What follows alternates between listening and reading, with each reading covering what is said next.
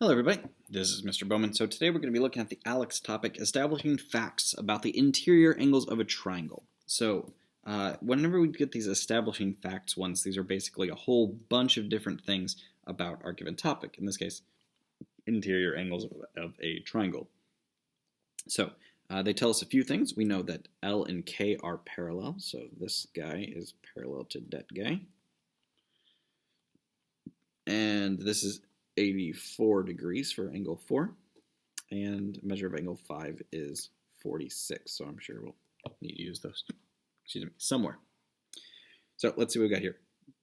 By angle addition, measure of angle 2 plus measure of angle 4 plus the measure of angle 5, so that's up here, has to equal, and these are a linear triple, so they all make a straight line, so that is a 180 degrees because it's a straight line. Given these two, you can just do a substitution there. So plug in 84, plug in 46 to find the measure of angle 2. So that's basically just 180 minus those two angles. So minus 84 minus 46 gives us a total of 50 degrees. Okay. Jumping down, we see that angle 4 and angle 1 are, okay, so since these are parallel, these are alternate because they're on either sides, and they are between our two parallel lines, so interior. So these are alternate interior angles. And since lines L and K are parallel, since they are alternate interior angles, I guess we can say, angles 4 and angle 1 are congruent. So be careful here, don't say equal. Equal would have to be for a number. Since these are a shape, because it's angle, not the measure of the angles, then they're congruent. So shapes are congruent, numbers can be equal.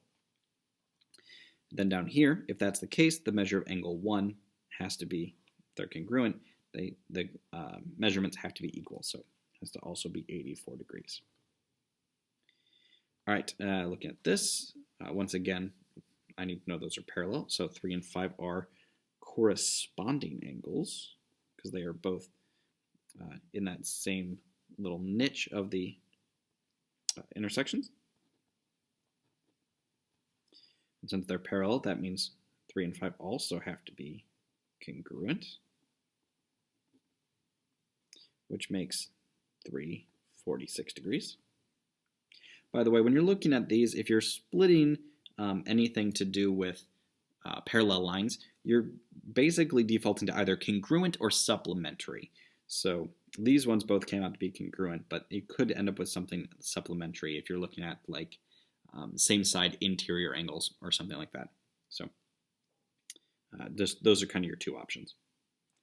All right, therefore, measure of angles 1, 2, and 3 would have to equal 180. That's just adding up to 1 and 3 there. And the relationship is an example of the following rule. The sum of the interior measures of a triangle is 180 degrees. So anytime we get these triangle here, all the interior ones are going to be 180 degrees, as long as it's two-dimensional, which is everything we're going to look at for the time being. So we're going to use this definition a lot. So make sure that you do know the sum of the interior angles of a triangle is 180 degrees.